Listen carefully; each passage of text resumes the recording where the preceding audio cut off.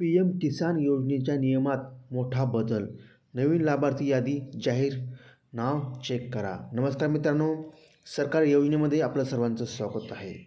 PM. किसान योजनेत bogus लाभार्थी काढण्यासाठी केंद्र सरकारने ई-KYC करणे बंधनकारक केलेले आहे. पी.एम. किसान योजनेचा लाभ घेण्यासाठी कोणकोणत्या अटी पूर्ण कराव्या लागतात, सविस्तर माहिती तुम्हाला या व्हिडिओमध्ये मिळणार आहे. कृपया करून कुठे स्किप न करू. खूप महत्त्वाची अपडेट आहे. नंबर 1 आहे, लाभार्थीच्या नावावर 2019 पूर्वी जमिनीचा नोंद असणे आवश्यक आहे. नंबर 2 आहे, 2019 नंतरची जमीन खरेदी, खातेफोड, बक्षीसपत्र असल्यास त्या व्यक्तीला लाभ मिळणार नाही. लाभार्थीच्या नावावर 1 फेब्रुवारी 2019 नंतर वारसा हक्काने जमीन नोंद झाल्यास लाभ मिळणार. नंबर 4 आहे, कुटुंबातील पती, पत्नी, मुलगा, मुलगी यापैकी एकच व्यक्ती पात्र ठरणार आहे.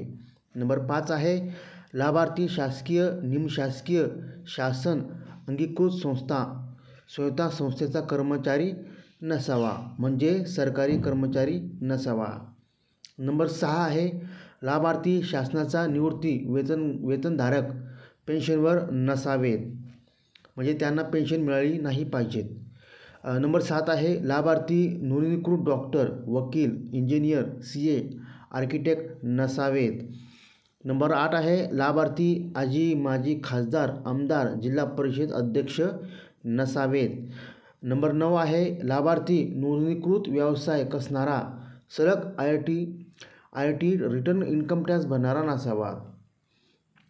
महाराष्ट्रात अजूनही 15 लाख शेतकऱ्याने ई-KYC केले नाहीत. त्यामुळे अशा शेतकऱ्याला पी.एम. किसान सन्मान निधी योजनेचा 19वा हप्ता मिळण्यासाठी अडचण निर्माण होऊ शकते. तरी ज्या शेतकऱ्यांनी अजूनही ई-KYC केली नाही त्यांनी लवकर करून घ्यावीत. पी.एम. किसान ई-KYC पूर्ण नसल्याने या शेतकऱ्यांना नमो शेतकरी महासन्मान योजनेचा लाभ मिळत नाहीत. तरी ज्या शेतकऱ्यांनी अजून KYC पूर्ण केलेले नाही त्या शेतकऱ्यांनी लवकर आपली ई-KYC पूर्ण करावीत आणि पी.एम. किसान, नमो शेतकरी या दोन्ही योजनेचा लाभ घ्यावा. शेतकरी मित्रांनो, तुम्ही जर ई-KYC अपडेट केला असेल तर चांगली गोष्ट आहे.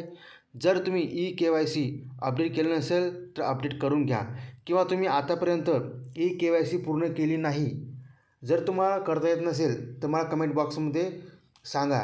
मी तुम्हाला यावरती एकदम सविस्तर माहिती देणार आहे. तर चला मित्रांनो, पुढच्या व्हिडिओमध्ये भेटू.